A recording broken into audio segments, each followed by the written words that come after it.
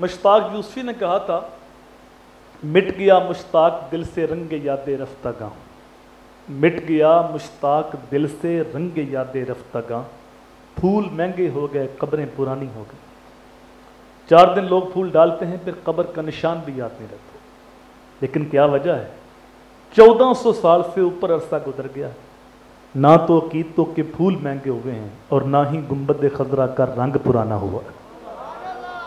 صدیوں قبل میرے حضور دنیا پہ تشریف لائے تھے، لیکن ماحول کی تازگی بتاتی ہے جیسے کو کل ہی گزر کے گیا ہے۔ زمین سے آسمان تک، آسمان سے لامکان تک ہے، زمین سے آسمان تک، آسمان سے لامکان تک ہے، کہاں کھولے تھے گیسو یار نے خوشبو کہاں تک ہے۔ کائنات کا ذرہ ذرہ میرے حضور کے ذکر سے مہکتا ہے، اور اہل ایمان حضور کے ذکر سے اپنے دکھی دل کو تسکین دیتے ہیں۔ کتنا میٹھا نام ہے، جب کسی کے لبوں پہ میرے حضور کا نام آتا ہے تو لگتا ہے منہ میں شہد گل گیا ہے۔ یہ انور مسعود صاحب ہیں تو مداحیہ شاعر، لیکن جب حضور کی تعریف میں لب کھولتے ہیں تو کمال کر دیتے ہیں۔ ان کا نام لبوں پہ آئے میٹھا میٹھا منہ ہو جائے، ان کا نام لبوں پہ آئے میٹھا میٹھا منہ ہو جائے، ان کے بول بہاروں جیسے اور اصحاب ستاروں جیسے، ان سا پیارا اور نہ کوئی، ان سے بچھڑ کے لکڑی روئی، جب وہ سیر کو جایا کرتے سر پہ بادل سایا کرتے۔ وہ شانوں کے مالک ہے، جب ان کا تذکرہ نور چھڑتا ہے تو ماحول میں خوشبو پھیل جاتی، اور یہ عمل خلف سلف کے اندر بڑا محبوب رہا کہ وہ مل بیٹھ کے حضور کی آمد کے تذکرے کرتے اور اپنے دل کو تسکین دیتے۔ محدث ابن جوزی علیہ رحمہ یہ آج سے تقریباً 800 سال پہلے ہوئے، یہ لکھتے ہیں بیان الملاد النبی کے اندر کہ جہاں ایک مرتبہ محفل میلاد ہو پورا سال وہاں رحمت برستی رہتی ہے۔ بہت ساری آفتیں مصیبتیں جو اس گھر کا رخ کر چکی ہوتی ہیں محفل میلاد کی برکت سے اپنا راستہ تبدیل کر لیتے ہیں، اور پھر ان محافل سے ہم دین سیکھتے ہیں، یہاں سے عقائد پختہ ہوتے ہیں، یہاں سے صالحیت کا نور بڑھتا ہے، یہاں سے عشق رسول کی سغات ملتی ہے، یہاں سے حضور کی سیرت پہ عمل کرنے کا جذبہ پیدا ہوتا ہے۔ اگر ہم ان محافل کو صحیح طریقے سے مرتب کرنے میں کامیاب ہو جائیں تو یہ محافل دنیا آخرت کی بہتری کی ضمانت ہے۔ یاد رکھنے والی باتیں ہیں، دین اسلام کو 3 حصوں میں تقسیم کیا گیا ہے۔ پہلی چیز ہے عقائد کا درست ہونا۔ اگر کسی شخص کے عقائد میں خرابی آ جائے تو اس کے اچھے اعمال آخرت میں نفع کا سبب نہیں بنتے، کیونکہ عقائد کا دوسرا نام ہے ایمان، اور اعمال قبول ہوتے ہیں ایمان کی شرط کے ساتھ۔ تو جب عقائد بگڑتے ہیں تو ایمان لٹ جاتا ہے۔ وقت گزرنے کے ساتھ ساتھ جس طرح چیزوں کے اندر ملاوٹ آ گئی ہے، اس طرح عقائد کے اندر بھی تغیر و تبدل پیدا ہو رہا ہے، لیکن سچے سچے عقائد وہی ہیں جو صحابہ، اہل بیت اور اولیاء اللہ کے عقائد ہیں۔ ان عقائد سے ہٹ کر اگر کوئی نئے عقائد متعارف کراتا ہے تو وہ عقائد کسی مومن کے عقائد نہیں ہو سکتے۔ یہ فتنے کا دور ہے، شاید اسی دور کی نشاندہی کی تھی میرے حضور نے کہ صبح کو لوگ مسلمان ہوں گے، شام کو کافر ہوں گے، شام کو مسلمان ہوں گے، صبح کو کافر ہوں گے۔ اس وقت اپنا ایمان محفوظ رکھنا اتنا ہی مشکل ہوگا جس طرح ہاتھ کی ہتھیلی پہ آگ کا انگارہ مشکل ہوتا ہے۔ ہم دیکھتے ہیں امت 2 گروہوں میں بٹی ہوئی، کوئی صحابہ کی بات کرتا ہے اور اہل بیت کے ساتھ بغض رکھتا ہے۔ وہ اہل بیت کا بغض جب زبانوں پہ آتا ہے تو وہ یزید کے نعرے مارنے شروع کر دیتا ہے، اصل میں اہل بیت کا بغض بول رہا ہوتا ہے۔ اور کوئی بندہ اہل بیت کی بات کرتا ہے لیکن اصحاب پیغمبر کے بارے زبان درازی کرتا ہے۔ ظالموں، امت کو توڑ کے رکھ دیا تم نے، آل بھی حضور کی یا صحاب بھی حضور کے، یہ دونوں مشکات نبوت کی کرنیں ہیں، ان میں سے ایک کو ماننا، ایک کا انکار کرنا، یہ حضور کا انکار۔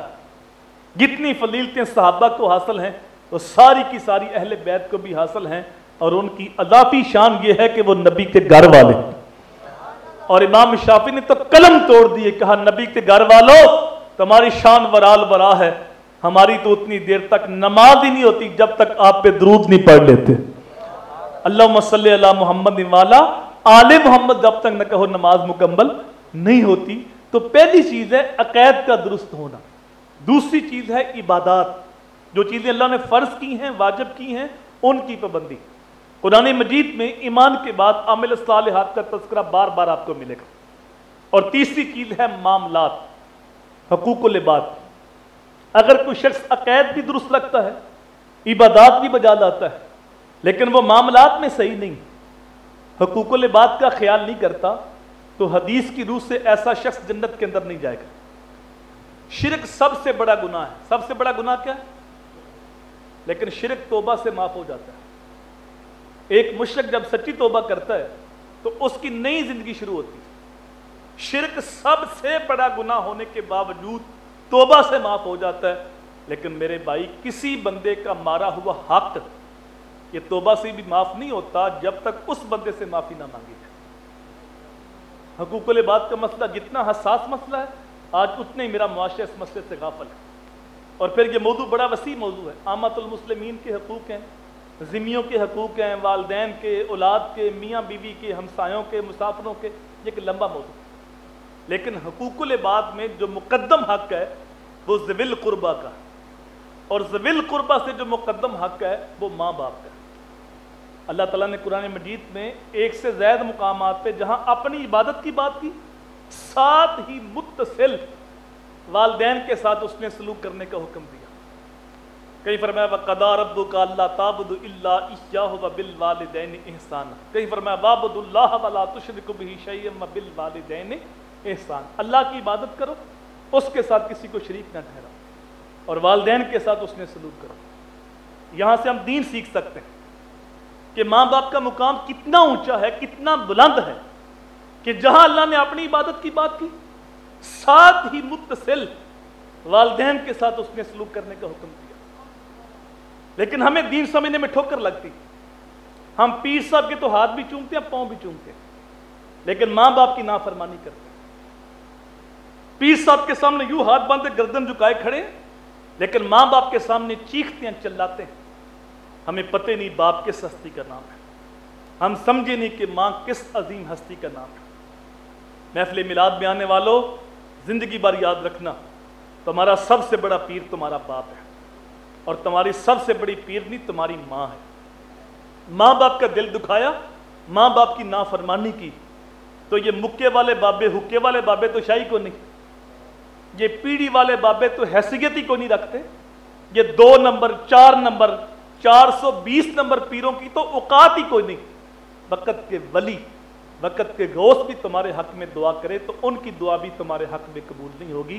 پیر صاحب سے فیض تب ملے گا جب ماں باپ راضی ہوں گے، اور اگر ماں باپ کا دل دکھ گیا پھر غوث اعظم سے بھی فیض نہیں مل سکتا۔ میں نے کسی حدیث میں نہیں پڑھا کہ اللہ کے ولی کے چہرے کی زیارت کرنے سے حج کا ثواب ہوتا ہے، اگرچہ ثواب ہوتا ہے لیکن حج کا نہیں ہوتا۔ میں نے کسی حدیث میں نہیں پڑھا کہ کعبۃ اللہ کو دیکھنے سے حج کا ثواب ہوتا ہے، اگرچہ ثواب ہوتا ہے لیکن حج کا نہیں ہوتا۔ میں نے کسی حدیث میں نہیں پڑھا کہ قرآن مجید کو دیکھنے سے حج کا ثواب ہوتا ہے، اگرچہ ثواب ہوتا ہے لیکن حج کا نہیں ہوتا۔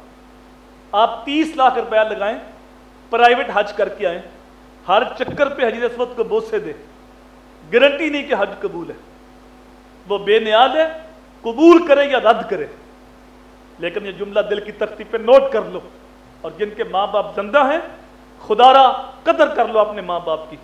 جس نبی کا ہم کلمہ پڑھتے ہیں، جس سونے کے نام کی محفلیں سجاتے ہیں، جس محبوب کے نعرے مارتے ہیں، اس محبوب کا فرمان ہے کہ ماں باپ وہ عظیم ہستیاں ہیں جس نے محبت کے ساتھ ماں کے چہرے کو دیکھا یا باپ کے چہرے کو دیکھا، اللہ اس کو مقبول حج کا ثواب عطا فرمائے گا۔ صحابی عرض کرتا ہے بندہ نواز کو دن میں 100 بار دیکھے، تو اسماعیل حقی لکھتے ہیں روح البیان کے اندر، میرے حضور نے فرمایا 100 کیا تم 1000 بار بھی دیکھو اللہ 1000 حج کا ثواب عطا فرمائے گا۔ تم دیکھ دیکھ کے تھک جاؤ گے، اللہ ثواب دیتا ہوا نہیں تھکتا۔ یہ وہ ہستیاں جن کے بارے قرآن بولتے کہ تم ان کے سامنے اف بھی نہیں کہہ سکتے، اونچی سانس بھی نہیں لے سکتے۔ اب مجھے یہاں آپ کی توجہ چاہیے، جب اتنا مقام ہے ماں باپ کا، اتنا مرتبہ ہے، تو 70% ماں باپ روتے ہیں کہ اولاد ہماری بات نہیں مانتی، اولاد ہماری نافرمانی کرتی ہے، اولاد ہمارے حقوق کا خیال نہیں کرتی۔ تو اس کی وجہ کیا؟ تو اس کی بنیادی وجہ یہ ہے کہ آج ہر بندہ اپنے حقوق کی جنگ لڑ رہا ہے لیکن اپنے فرائض سے غافل ہے. ہر بندہ کہتا ہے میرے حقوق مجھے مل جائیں، لیکن جو میری ذمہ داریاں ہیں، جو میرے فرائض ہیں، ان کے بارے مجھے کوئی نہ پوچھے. بیوی کو شکوہ کہ شوہر میرے حقوق کا خیال نہیں کرتا، لیکن بحثیت شوہر، بحثیت بیوی، اس کی جو ذمہ داریاں ہیں اس سے وہ بے خبر ہے. شوہر شکایت کرتا ہے کہ بیوی میرے حقوق کا خیال نہیں کرتی، لیکن بحثیت شوہر جو اس کے فرائض ہیں، ذمہ داریاں ہیں، اس سے وہ بے خبر ہے. ایک خطیب صاحب کو شکوہ ہوتا ہے کہ اتنی دور سے انہوں نے مجھے بلایا لیکن میرا انہوں نے خیال نہیں کیا.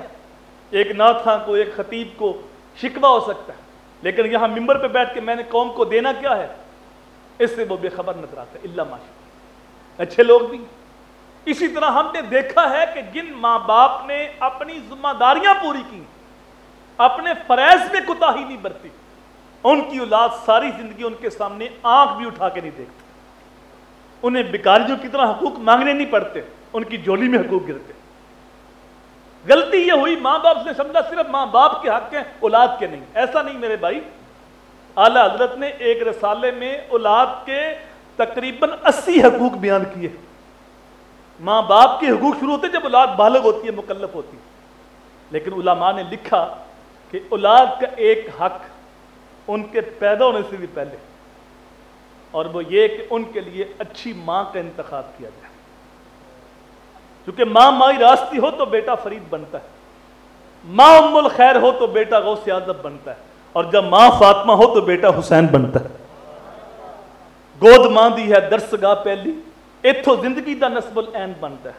ایتھو داتا خواجہ فرید بن کے دکھی دلاں دے واسطے چین بنتا ہے. شرم و حیا دی ماں جو ہووے پیکر، پھر پتر بھی غوث ثقلین بنتا ہے. سیدہ خاتون جنت جے ماں ہووے طاہر، پھر لال بھی سخی حسین بنتا ہے. اس لیے میرے حضور نے فرمایا جب نکاح ہوتا ہے تو 4 چیزیں لوگ دیکھتے ہیں. بیٹا بیٹھے رہو یار، بار بار آؤ گے تو توجہ بٹے گی، مہربانی کرو. یہ ہمارا بھی ایک مزاج بن گیا نا، پہلے ہم چینج لیتے ہیں، پھر ان کو کھلارتے ہیں، پھر اکٹھے کرتے ہیں. تو خدمت ہی کرنی مقصود ہے تو خدمت اکٹھی بھی کی جا سکتی. تو تھوڑا سا ہم اپنے آپ کو بدلیں، یہ روایتی انداز سے ہم نکلیں. کب نکلیں گے؟ دنیا کہاں پہنچ گئی اور ابھی تک ہم اسی چکر کے اندر. تو یہ بار بار آپ نذرانہ دینے کے لیے اٹھیں گے، لوگوں کی توجہ بٹے گی، جو میسج ہے وہ نہیں پہنچے گا. تو اگر آپ تک میرا پیغام پہنچ گیا نا تو آپ کی مہربانی یہی کافی ہے میرے لیے. تو توجہ کے ساتھ بات سنیں. اللہ اکبر، درود پاک پڑھیے. میرے حضور نے فرمایا جب نکاح ہوتا ہے تو 4 چیزیں لوگ دیکھتے ہیں.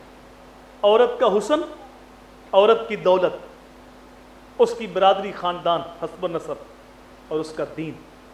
کہا میرے غلاموں تم نہ حسن دیکھو، نہ تم دولت دیکھو، نہ تم حسب و نسب دیکھو، تم صرف دینداری دیکھو کہ دیندار عورت کون ہے اور کل میرے بچوں کی اچھی ماں کون ثابت ہوگی. وہ ایک ماں ہی تھی جو اپنے بچے کو قاری صاحب کے پاس لے گئے قرآن پاک پڑھنے کے لیے، لیکن بیٹا اتنا قابل تھا کہ اس نے 18 سپارے زبانی سنا دی. قاری صاحب نے کہا بیٹا جہاں سے یہ پڑھا آگے بھی پڑھ لیتے. کہا میں نے کسی قاری صاحب سے نہیں پڑھا، 18 پاروں کی میری ماں حافظہ تھی. ماں کے شکم میں تھا اس وقت بھی قرآن سنتا تھا، جب ماں کی گود میں اس وقت بھی قرآن سنتا تھا. ماں دودھ پلاتی 7 قرآن پڑھتی، ماں لوری دیتی لبوں پہ قرآن کی ایتی ہوتی، گھر کے کام کاج کرتی 7 قرآن سناتی. یہ 18 پارے میں نے ماں کی گود میں یاد کر لیے. یہی بچہ بڑا ہو کے وقت کا غوث شیخ عبد القادر جیلانی بنتا. وہ ایک ماں ہی تھی جو اپنے بچے سے کہتے پتر نماز پڑھا کر. بچہ کہتا ہے امی نماز پڑھنے سے کیا ملتا ہے؟ کہا پتر شکر کی پڑیا ملتی ہے. بچہ وضو کرنے جاتا ہے، ماں شکر کی پڑیا لپیٹ کر مصلے کے نیچے رکھ دیتی. جس طرح آج کل بچے چاکلیٹ کے ساتھ رغبت رکھتے ہیں، اس دور کے بچے شکر سے رغبت رکھتے ہیں. سلام پھیرا شکر مل گئی. جب بچے کو بن مانگے ہر روز 5 وقت شکر ملنے لگی، بچہ نماز کا عادی بن گیا. ایک دن ماں شکر رکھنا بھول گئی، کسی فوتگی بگی تھی، آتے ہوئے دیر ہو گئی. جب نماز کا وقت ہوا تو اللہ کی بارگاہ میں جولی پھیلا کے عرض کرتی باری تعالیٰ میں نے بڑی محنت کے ساتھ بچے کے دل میں نماز کی محبت پیدا کی ہے، میری محنت کو ضائع نہ کرنا. آنکھوں میں آنسو لے کے تیز تیز قدم اٹھاتی، رب کی بارگاہ میں التجا کرتی، گھر پہنچی اور گھر آتی کہا بیٹا اٹھو نماز پڑھ لو۔ بچے نے کہا امی آپ گھر میں نہیں تھی، میں نے نماز پڑھ لی ہے، لیکن ماں جی آج تو نماز کا سرور بھی الگ تھا، آج شکر کا ذائقہ بھی الگ تھا۔ ماں شکر رکھنا بھول گئی تو رب نے شکر عطا کر دی، یہی بچہ بڑا ہو کے بابا فرید گنج شکر بنتا۔ تو یہ پہلا حق ہے اولاد کا، ان کے لیے اچھی دیندار ماں کا انتخاب کیا جائے۔ اور بھی بہت سارے حقوق ہیں، لیکن فرمایا جب 7 سال کا بچہ ہو جائے نا نماز کی تلقین کرو۔ مرو اولادکم بالصلاۃ وہم ابناء 7 سنین واضربوہم علیہا وہم ابناء 10 سنین۔ 7 سال کے بچے کو نماز کی تلقین کرو، جب 10 سال کا بچہ ہو جائے پھر بھی نماز نہیں پڑھتا، فرمایا پھر مار کے نماز پڑھو۔ مجھے سوچ کے بتاؤ اگر ہم نے اس حدیث پہ عمل کیا ہوتا تو آج ہماری مسجد نمازیوں سے بری نہ ہوتی؟ بمشکل 5% لوگ نماز پڑھتے ہیں، 95% لوگ بے نمازی۔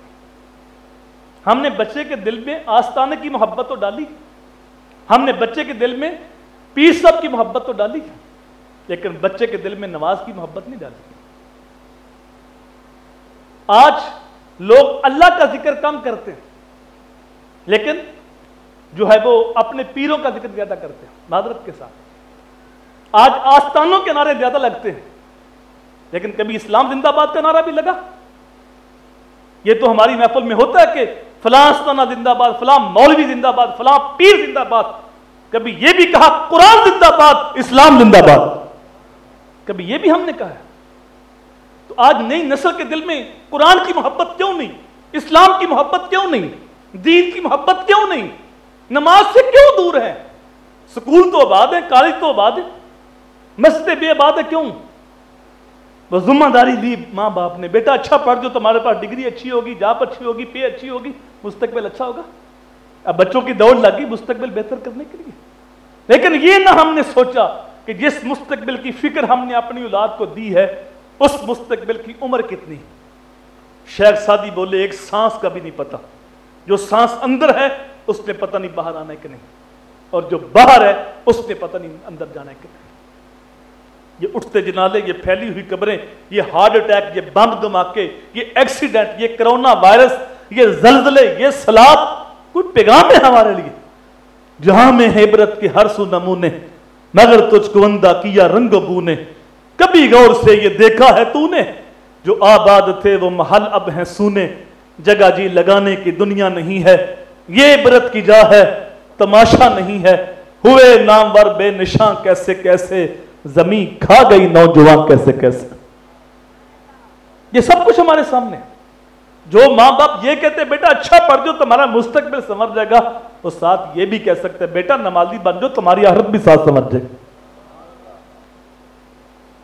لیکن جب ماں باپ ذمہ داری پوری نہیں کرتے، پھر ساری زندگی انسان کے دل میں فرض کی محبت پیدا نہیں ہوتی، وہ فرض کی اہمیت کو سمجھتے نہیں۔ اس کی میں 20 مثالیں آپ کو دے سکتا ہوں، لیکن صرف 2 مثالیں سن لیں۔ سال کے بعد محفل میلاد تھی ہمارے گاؤں میں، ہماری مسجد میں، ہمارے شہر میں۔ جس دن محفل تھی ہم جلدی کام کاج سے فارغ ہو گھر پہنچے، آج محفل ہے، عشاء کے بعد محفل شروع ہونی تھی، لیکن ہم گھر بیٹھ کے انتظار کرتے رہے کہ عشاء کی نماز ہو جائے بعد میں جائیں گے۔ عشاء کی نماز فرض ہے، اس کے بعد واجب ہے، اس کے بعد سنت ہے، اس کے بعد مستحب ہے۔ تو محفل میں آنا مستحب تھا، 4تھا درجہ، اور نماز پڑھنا فرض تھی۔ ہم نے مستحب کو ترجیح دی لیکن فرض کو ترجیح نہیں دی۔ اور پھر آج کل جو ہماری محافل کا سٹائل بن گیا، جو مائک پہ آ جاتا ہے وہ چھوڑنے کا نام ہی نہیں لیتا۔ وہ کہتا ہے کہ ان 2 کلاموں کی تو مجھے فرمائش ہوئی تھی، وہ فرمائش ختم ہوتی ہے، پھر وہ کہتا ہے کہ 2 شعر مولا علی کی منقبت کے، پھر وہ کہتا ہے کہ 2 شعر امام حسین کی منقبت کے، پھر وہ کہتا ہے کہ ماں کی شان میں 2 شعر، پھر وہ کہتا ہے میاں صاحب کے 4 شعر۔ تو جب تک نوٹ گرتے رہتے ہیں اس کا آخری شعر نہیں آتا۔ محفل ختم ہوتے ہوتے 12-1 بج جاتا ہے، صبح پکے نمازی بھی غائب ہوتے ہیں، جو پڑھتے تھے وہ بھی گئے۔ یاد رکھیے ایسی محفل پہ نہ اللہ راضی ہوگا نہ اللہ کا رسول راضی ہوگا۔ اپنے بھی خفا مجھ سے ہیں، بیگانے بھی نہ خوش، کہ میں زہر ہلاہل کو کبھی کہہ نہ سکا کند، بات وہی کہتا ہوں سمجھتا ہوں جسے حق، نہ ابلہ مسجد ہوں نہ تہذیب کا فرزند۔ فرض کی اہمیت اپنی ہے، واجب کی اپنی ہے، سنت کی اپنی ہے، مستحب کی اپنی ہے۔ سال میں 2 راتیں آتی ہیں جب مسجدوں میں رش ہوتا ہے، شب برات کو، شب قدر کو، مسجدیں بھری ہوتی ہیں، لیکن ہم دیکھتے ہیں عشاء وقت 1.5 صف ہوتی ہے، گھنٹے بعد مسجد بھر جاتی ہے، لوگ نفل پڑھتے ہیں، توبہ کرتے ہیں، دعا مانگتے ہیں، چلے جاتے ہیں، اور فجر وقت پھر 1 صف ہوتی ہے، نہ عشاء پڑھی نہ فجر پڑھی، اور درمیان میں توبہ بھی کی۔ مدینے سے آواز آتی ہے، جو بندہ توبہ بھی کرتا ہے اور گناہ چھوڑنے کا ارادہ بھی نہیں رکھتا، ایسا بندہ اپنے رب کے ساتھ مذاق کر رہا ہے۔ توبہ بھی کر رہا ہے، نماز فجر کی نہیں پڑھ رہا، توبہ بھی کر رہا ہے، رشوت بھی جاری، توبہ بھی کر رہا ہے، سودی کاروبار بھی جاری، توبہ بھی کر رہا ہے، جھوٹ بھی جاری، تو ایسی توبہ کا فائدہ کیا؟ تو ہم نے فرض کی اہمیت کو نہیں سمجھا۔ ہم تو اس طرح کے عاشق ہیں بھائی، جب ہم محفل میں ہوتے ہیں تو عاشق رسول ہوتے ہیں، کب؟ جب ہم نے نعرے مارنے ہوتے ہیں، جب ہم نے نوٹ پھینکنے ہوتے ہیں، جب ہم نے لنگر بانٹنا ہوتا ہے، بلکہ لنگر پھینکنا ہوتا ہے۔ آج کل لنگر بانٹتے نہیں، پھینکتے ہیں۔ کسی نے اعلیٰ حضرت سے پوچھا کہ یہ لنگر میلاد پہ جو پھینکتے ہیں اس کے بارے کیا حکم ہے؟ فرمایا یہ حرام ہے، رزق کی بے ادبی ہے۔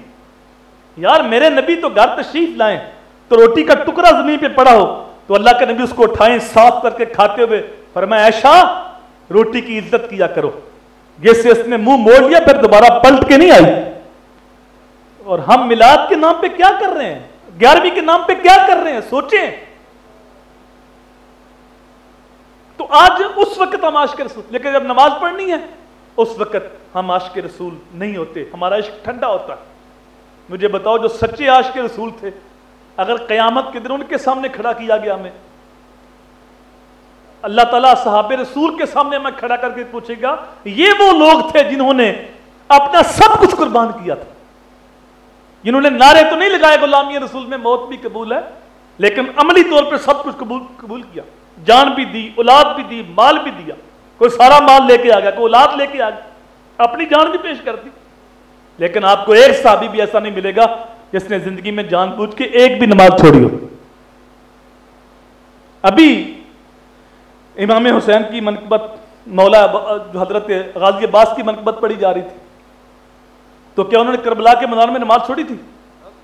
بولو یار، جس طرح کا ہمارا معمول ہے، موقع ملا تو پڑھ لی، نہ ملا تو نہ، صحیح ٹائم ہی نہیں ملا، اگر یہی معمول ہوتا ان کا بھی تو پھر مولا علی کی جب قضا ہوئی تھی پھر آنکھوں میں آنسو نہ آتے، ایک ہی قضا ہوئی تھی نا، اور وہ جو قضا ہوئی تھی وہ غفلت کی قضا نہیں تھی، میری قضا ہوتی غفلت میں، آپ کی ہوتی غفلت میں، لیکن مولا علی کی جو قضا ہوئی وہ اطاعت رسول میں، حضور کا سر انور گود میں تھا، حضور کے چہرے کی زیارت کر رہے تھے، نمازیں گر قضا ہوں پھر ادا ہوں، نگاہوں کی قضائیں کب ادا ہوں۔ اللہ نے قرآن میں کہا ہے من یطیع الرسول فقد اطاع اللہ، جس نے رسول کی اطاعت کی اس نے اللہ کی اطاعت کی۔ تو غفلت کی قضا نہیں تھی بھائی، اطاعت رسول میں قضا تھی، تو قضا پڑھ لیتے۔ شریعت کا مسئلہ ہے قضا ہو تو قضا پڑھ لو، روئے کیوں تھے؟